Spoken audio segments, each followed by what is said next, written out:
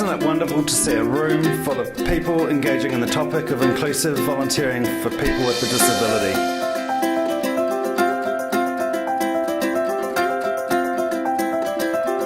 Less than a decade ago, a guy called Bruce had an idea that people with a disability would have a greater role in our community, that people with a disability were actively contributing to and influencing the life of their community. Today, that idea is what we call the National Disability Insurance Scheme. I really enjoyed today.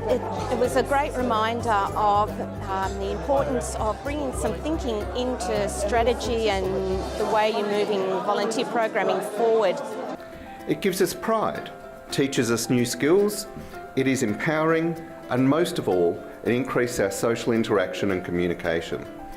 That's why volunteering is important to the NDIS. Volunteering creates friends, it creates skills, and it creates work. Volunteering isn't free, but its value is priceless. I think the highlight for me was Dylan Orcott talking about his life experience. Even though I'm legally blind, there's sort of things that were commonalities. There's a clear goal, a simple clear goal of the LIVE project, and that is to help people with disabilities in Victoria volunteer. But what it does is it brings volunteers together. It provides social connections, creates pathways to employment and improves health outcomes and the quality of life. I've been the chair of the Victoria Alive project, and across the project we've run community activation forums in a range of locations around the state.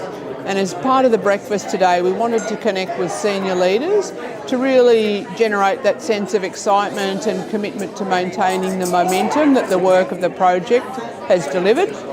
Is there anyone in here that's overfunded? No, okay. Didn't think so.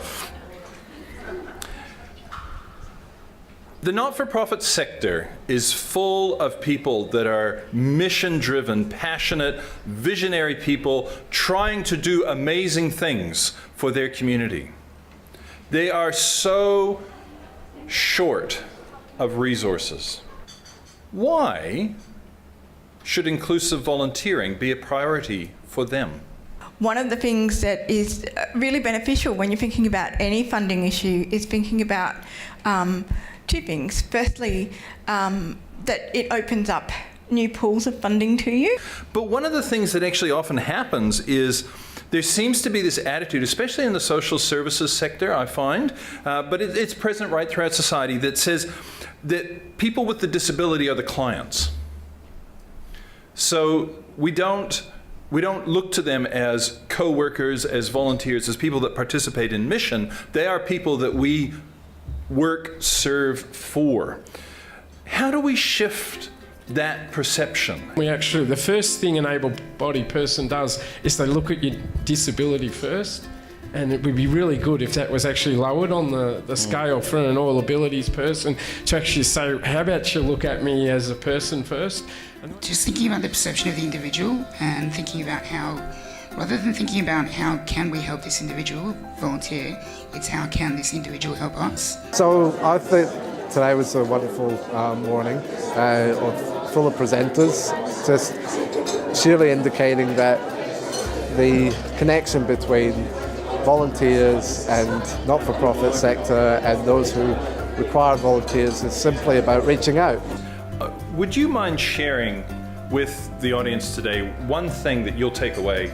I think it's really important to remember that you don't have to know everything about every disability to be inclusive, but it's important to know how to try to be inclusive.